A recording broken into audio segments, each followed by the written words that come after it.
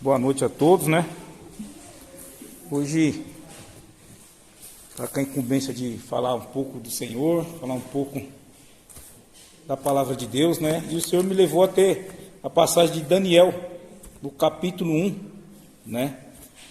Daniel é uma pessoa muito conhecida, né? Um personagem muito conhecido na Bíblia, né? Por ter ficado na cova do leão. Às vezes a pessoa fala, eu estou na cova do leão, né? Mas eu quero ver se a pessoa está na cova do leão porque ela ora 3 vezes por dia, né? Então tem tudo isso aí, né? Às vezes a pessoa está na cova do leão porque está numa luta, numa dificuldade. Mas Deus vai falar conosco em nome de Jesus, na palavra dele, né? Esses dias eu fiquei 3 dias de jejum, só tomando água e lendo a palavra. E aí eu fui ler o livro de Daniel. Deus começou a ministrar, né? Fortemente no meu coração. E a unção e o poder do Senhor, ele gera milagres, né? Então, a palavra do Senhor, se não tiver revelação, não serve para nada, né? Quantas pessoas que é muito sábias, mas não tem o Espírito Santo, não vai entender nada. Eu trabalhei com um rapaz numa empresa, e ele sempre gostou de ler muitos livros, ele lia bastante. Ele falou, Fernando, eu li a Bíblia em menos de um mês, só que não entendi nada. Então, a pessoa sem o Espírito Santo, ela não vai entender mesmo, né? Então é só com o Espírito Santo mesmo que vai entender, né? Então você abre sua Bíblia que está em Daniel, no capítulo 1. Eu vou ler o primeiro, eu vou ler alguns versículos, vou lendo de um em um aqui, irmão. Diz assim, no ano 3º do reinado de Joaquim, rei de Judá, veio Nabucodonosor, rei da Babilônia, a Jerusalém e a sitiou. O Senhor lhe entregou nas mãos Joaquim, rei de Judá, e alguns dos utensílios da casa de Deus, e este levou-os para a terra de Sinar, para a casa do Deus, e os pôs na casa do tesouro do seu Deus. Irmãos, Daniel foi uma pessoa que lutou contra a Babilônia, né? O povo de Israel, o povo de Judá, eles estavam muito rebeldes, estavam muito idólatra, né? Estava fazendo tudo que estava desagradando ao Senhor. E o Senhor permitiu que o povo da Babilônia, né, tomasse o povo de Judá, né, levasse ao exílio o povo de Jerusalém. E alguns ali foi levado, né? E aqui na Bíblia vai falar sobre Daniel, né, Ananias, Misael e Azarias, né, que eram os nomes que ele tinha sendo judeu, né, que depois transformaram o nome deles para outro nome. Mas aqui, voltando aqui, falando sobre Daniel. Então ele foi levado ali para estar combatendo contra a Babilônia, né? A Babilônia hoje, ali era a Babilônia real, né? Ele estava vivendo dentro da Babilônia, né? Hoje em dia a gente fala que a Babilônia é o mundo, né? Então a gente tem que lutar, guerrear contra o mundo, contra a cilada do inimigo, contra a astúcia de Satanás. Então a gente tem que estar lutando contra o mundo, né? E ali ele estava com a Babilônia, que parecia não ser tão ruim, porque a Babilônia era um lugar que estava economicamente bem, né? Um povo agrícola que estava indo super bem, né? Como hoje em dia as pessoas veem o mundo bem também, né? Meu tio mesmo, ele falava, hoje o mundo está bom, hoje o mundo está gostoso, né? E os jovens se acabando na bebida, nas drogas, né? Nos bailes por aí, e quem está lá, né, atolado lá fora, está achando que está bom. Daí o povo da Babilônia estava vivendo isso aí, estava vivendo uma falsa alegria, né? Vivendo ali, adorando os outros deuses que ele adorava ali na Babilônia, né? E disse no 3 aqui, ó, disse o rei Aspesaz, chefe dos eunucos, que trouxesse algum dos filhos de Israel, tanto da linhagem real como dos nobres, né? Então aqui, Nabucodonosor, ele era uma pessoa muito arrogante, uma pessoa gananciosa, arrogante, que fazia tudo do jeito dele. E é ele que comandava a Babilônia naquela época, né? E o Senhor aqui fala no 2, que o Senhor deixou o povo estar levando tudo aqueles utensílios, tudo que tinha na casa de Jerusalém, na casa do Senhor, foi levado para adorar os outros deuses, né? Porque eles eram muito idólatras, eles tinham que adorar os deuses de lá da Babilônia. E ali foi levantado alguns homens que o rei pediu, né? Foi levantado ali pessoas que tinham que ser inteligentes, que tinham que ser da linhagem real de Judá, né? E no 4 aqui vai dizer assim, jovens sem nenhum defeito, de boa aparência, instruído em toda a sabedoria, doutores em ciências, versados no conhecimento e que fosse competente para assistirem no palácio do rei, lhe ensinasse a cultura e a língua dos caldeus. Ou seja, ele estava querendo ali pessoas que eram influentemente top daquela época, né? Eram pessoas que tinham conhecimento na palavra, tinha inteligência, tinha que conhecer da ciência, tinha que ser homens bonitos, né? Então tinha que ser ali uma pessoa como se fosse perfeita, né? Dizendo assim, né? E ali acharam aquelas pessoas que se diziam um pouco pelo que o rei queria, seria a pessoa perfeita para o rei, né? Então o que a gente percebe aqui, irmão? Que o mundo, ele não pega só pessoas que estão destruídas nas drogas, destruídas na bebida, né? O mundo, ele faz com que induza as pessoas inteligentes, né? Pessoas que acham que têm um autoconhecimento, né? Então Satanás, ele não está preocupado só com as pessoas que estão destruídas. Todo ser humano, para ele quer, né? E até porque já teve muitas pessoas teólogas aí que caíram, se afastaram da presença de Deus. Muitas pessoas renomadas no meio evangélico que caíram, se perderam na caminhada com o Senhor. Então o inimigo, irmão, ele joga sujo para todo lado. Não adianta a pessoa conhecer a Bíblia inteirinha, ser um teólogo, conhecer a palavra de ponta a ponta, que pensa que o inimigo não vai atacar. Não adianta a pessoa ser levita e pensar que o inimigo não vai atacar o levita, que o inimigo não vai atacar a pastora. Não, a pastora, o inimigo não ataca ela mais não, já tem uma certa idade, já conhece bastante a Bíblia, já fez muita obra, né? O pastor também já fez muita obra, então pensa que o inimigo não ataca, irmão. Mas o inimigo, ele não tem social para ele. Ele ataca qualquer um, seja pequeno, seja grande, seja pessoa cheia de dinheiro, rico, seja pessoa que tem um conhecimento evangélico, seja pessoa que já teve experiência com o Senhor, seja pessoas que já viveu experiência sobrenatural com Deus. O inimigo quer qualquer um, irmão. Ele está pronto para tragar qualquer um. E aqui na palavra eu enxergo, olhando para mim, Deus falou fortemente comigo nessa palavra. Eu faço muito jejum e muita oração, irmão, porque eu sei de onde Deus me tirou. Eu sei de onde o inimigo bate na porta toda hora. Eu sei de onde que ele quer me levar novamente. Ele sabe o meu ponto fraco.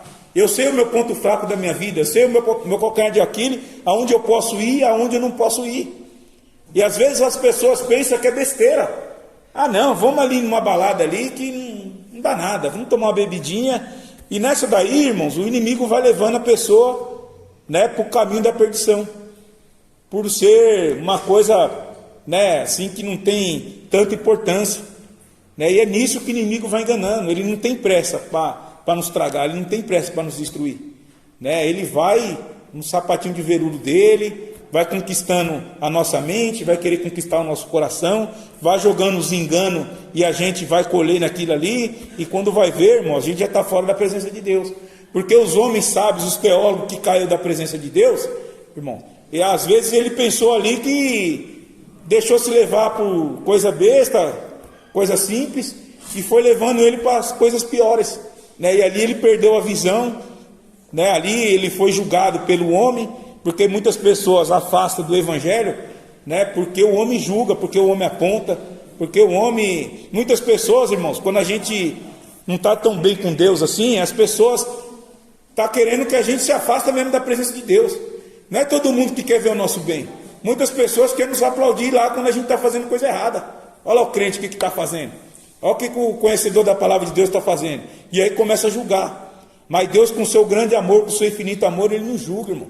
Sabe por quê? Porque o povo de Judá ali, eles aprenderam com a Babilônia. Eles aprenderam com tudo que aconteceu com eles. E ali Deus teve misericórdia da vida deles. Assim como tem da nossa, irmãos. Porque a pessoa, o homem, ele pode julgar. Ele pode querer nos desanimar, pode querer nos destruir, mas Deus não, Deus é diferente, irmão. Ele trata com amor, ele vai dando a oportunidade, ele sabe aquelas pessoas que realmente têm um temor de Deus, né? A pessoa pode cair, pode falhar, mas ela tem um temor de Deus. Ela sabe que ela errou, ela falhou, mas ela quer um conserto com o Senhor. Ela não está fazendo aquilo ali porque ela quer. Numa situação que aconteceu, ela caiu naquilo ali, mas ela não tem prazer de fazer aquilo ali, irmão. Porque quando a pessoa já tem prazer de fazer o pecado, ela já não tem mais o temor de Deus. Ela já não tem mais o temor, já o Espírito Santo já, para ela parece que já apagou já. A pessoa já não está tão preocupada mais com o Espírito Santo, já não está tão preocupada mais com as coisas de Deus, e ali ela vai indo na perdição.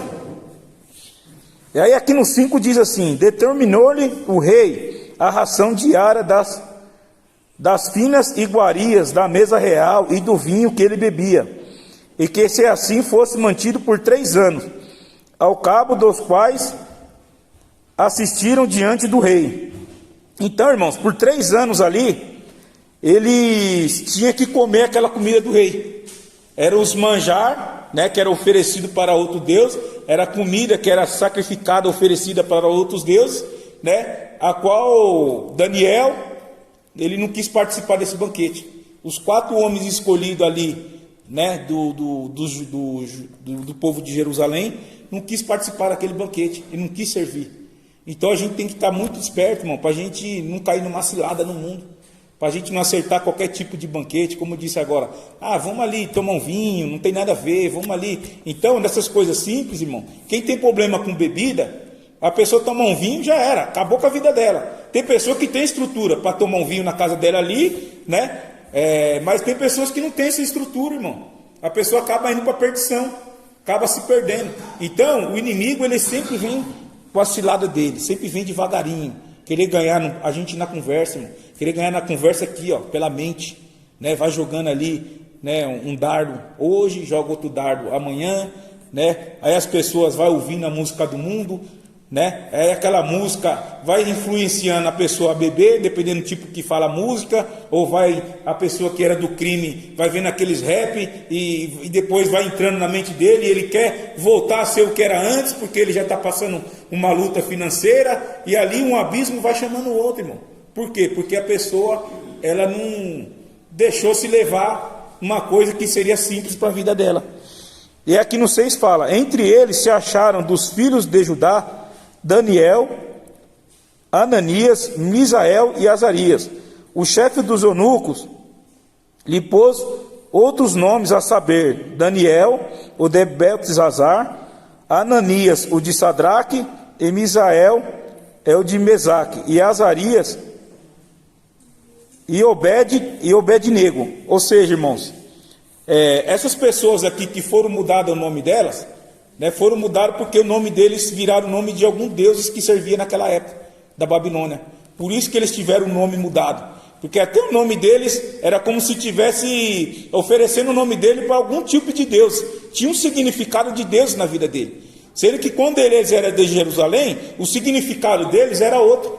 Era como se fosse Abraão, que Deus transformou o nome dele para Abraão, né? Foi ali o nome que Deus colocou na vida dele, como Israel transferiu Jacó. Então ali foi Deus como se fosse titulando um nome forte naquela pessoa, né? Mas aquele povo da Babilônia, tipo, como se diminuísse o nome dele, como se fosse falando em gíria, alguma coisa do mundo, né? Que colocou na vida dele ali. Então, irmãos, toda vez que a gente for tentar sair da presença de Deus, o Espírito Santo, ele vai nos incomodar. Todas as vezes que a gente tentar fazer algo que vai entristecer a Deus, o Espírito Santo, ele vai incomodar. O Espírito Santo incomoda numa música, o Espírito Santo incomoda num ato que a gente faz, incomoda numa maneira que a gente se posicionou em tal lugar. Sempre o Espírito Santo, irmão, ele vai estar presente na nossa vida. Nunca vai ter como a gente pegar o Espírito Santo e esconder ele. Fala, não, vou enterrar o Espírito Santo, vou prender ele, não quero falar com o Espírito Santo hoje, e não vai ter como acontecer isso, irmão. Porque o Espírito Santo, ele é um Deus. Ele não quer perder a gente para a lama, não, irmãos. Por isso que o Espírito Santo, ele não vai deixar a gente dormir, ele vai pegar no nosso pé mesmo e falar, não, eu sou Deus, eu não quero perder você para um lamaçal de novo, eu não quero perder você para o mundo. Aqueles que nunca foi, que nasceu no berço evangélico, o Espírito Santo, ele vai estar sempre ali, agindo com gemido inexprimível e não querendo perder a nossa vida. Então, a todo tempo, o Espírito Santo, ele vai estar incomodando quando a gente estiver saindo da presença de Deus. Quando a gente estiver fazendo algo que está desagradando a Deus, ele vai estar incomodando, vai falar, não faz isso, não faz aquilo. Ele mesmo vai fazer quando a gente nos sentir chateado. Então, irmãos, a gente não pode construir o nosso castelo numa areia, porque na primeira tempestade ele vai cair. Então a gente tem que estar firmado com o Senhor a todo tempo, buscando a presença de Deus a todo tempo, ficar astutos à cilada do inimigo, irmãos, vigiando, porque ele está doido para nos tragar. Ele não quer ver a gente na presença dele, ele não quer ver a gente louvando a ele, não quer ver a gente pregando a palavra, não quer ver a gente evangelizando lá fora. indo em presídio, indo no hospital, indo numa pessoa que está na rua. Hoje mesmo eu estava indo para a Zona Leste, e aí o rapaz quis limpar o para-brisa do carro. Aí limpou. Ele falou, não, só me fortalece aí, você deixando eu limpar, já está me ajudando. Eu falei, não, tá bom. Aí ele limpou, aí tinha umas moedas lá, dei para ele as moedas. Aí, enfim, aí quando ele chegou no carro, eu comecei a falar de Jesus para ele. Era um jovem, falei, rapaz, você é um jovem, cara. Busca a presença de Deus, busca Jesus, para ele mudar a sua história, para ele arrumar um emprego bom para você conhecer sobre ele, sobre a salvação dele, para você ter experiência, não de ouvir falar, mas de andar com ele. Aí ele falou para mim, rapaz, eu estou precisando que em casa já acabou tudo, eu não tenho nada. Mas a palavra fica gravada, irmãos. Nada é em vão quando a gente fala do Senhor, porque a nossa parte, a nossa missão é lançar a palavra. Quem vai fazer o efeito na vida das pessoas é o Espírito Santo. Então a gente faz a nossa parte, né? Então, em todo tempo a gente tem que fazer a nossa parte, conversar com as pessoas, evangelizar as pessoas na rua, sempre fazer a diferença. Daniel, ele fez a diferença. Os outros 3 que estavam junto com ele fizeram a diferença também. Foram pessoas que vieram de Jerusalém ali, pessoas que eram influentemente, eram pessoas nobres, irmão. Pessoas que eram separadas ali para fazer a obra de Deus. E eles não negaram o Senhor de forma alguma, de jeito nenhum. Eles não se prostraram perante aos deuses daquele tempo. Eles não se prostraram perante aos deuses de Nabucodonosor, aquele rei. Ele não quis adorar, ele não quis se prostrar diante ao rei. Fizeram um exílio lá, um mandamento para eles lá, para querer pegar o Daniel. Porque eles oravam 3 vezes por dia, e eles proibiram oração a outros deuses. Tinha que orar só aos deuses deles que eles tinham lá na Babilônia. E por conta disso daí jogaram ele na cova. Então muitas pessoas hoje em dia falam que está na cova, falam que está na fornalha, irmão. Mas às vezes é por causa de uma luta, por causa de uma dificuldade. E Deus, ele tem poder para tirar da cova, ele tem poder para tirar do fogo, tem poder para tirar da fornalha, tem poder para tirar da perseguição daquele que está sendo perseguido, aquele que está endividado. Deus tem poder para fazer essas coisas, irmão. Ele é o dono do ouro e da prata. Tudo está no controle, tudo está nas mãos dele. Às vezes a gente acha que está no beco sem saída, irmão. Mas Deus vai lá e acha saída para esse beco. Hoje eu estava conversando com uma pessoa hoje, e a pessoa está angustiada, irmão, terrível. Não vê a hora de sair daqui. Eu falei, irmão, estou vivendo uma angústia que, pelo amor de Deus, eu não estou nem dormindo, irmão. Não sei mais o que eu faço, já tentei fazer de tudo e está buscando o Senhor. Eu falei, irmão, Deus tem promessa, Ele vai cumprir. Ele é fiel. Mas você tem que aprender algo aí. Se não chegou ainda, é porque você tem que aprender alguma coisa. É fácil a pessoa de fora falar que a pessoa vai sair dessa. Mas eu falo porque eu já passei por angústia, irmão. De não dormir, de ser perseguido, de pessoas querer me matar. Já passei por isso, irmão.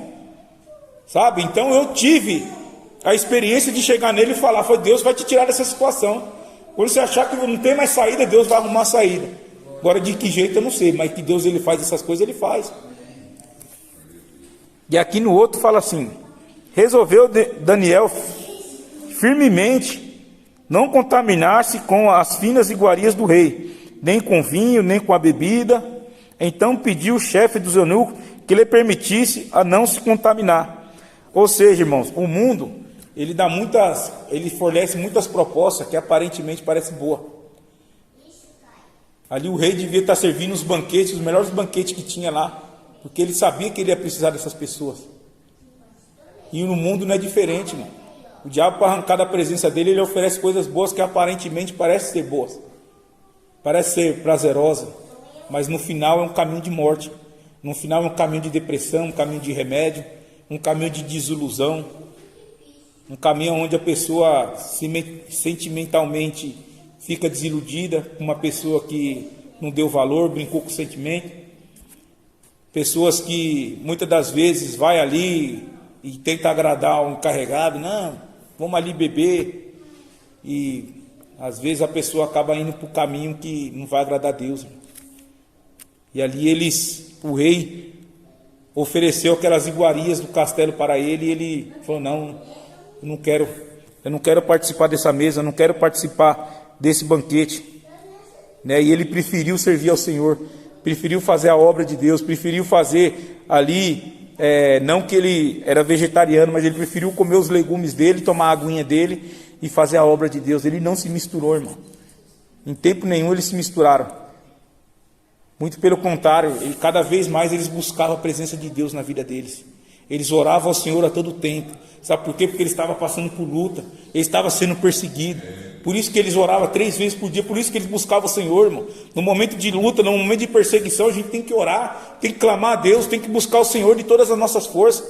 Não somente por nós mesmos. Às vezes a gente está com a vida, está com paz, está com a vida tranquila, mas a gente vê um ente querido, vê um parente ali que está passando uma luta, uma dificuldade terrível, irmão.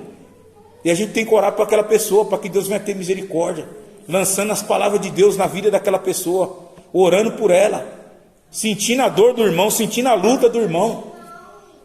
A gente tem que estar ali junto e misturado, irmão, com aquelas pessoas que estão precisando. Sentir a dor daquele irmão, orar por aquele irmão, para que ele saia desse laço, para que as escamas caiam dos olhos dele e ele possa enxergar as coisas boas do Senhor. E no 2 fala assim, no 12: experimenta, peço-te ao seu servo 10 dias, e que nos deem legumes para comer e beber água. Então ali, irmãos, eles, como eu disse agora há pouco, eles estavam comendo os legumes dele e bebendo a água. Então às vezes pouco com Deus é muito, irmão. Se a pessoa está passando uma dificuldade ali, não tem muita coisa para comer, mas está buscando o Senhor. É melhor você estar num banquete, irmão, e tendo contenda.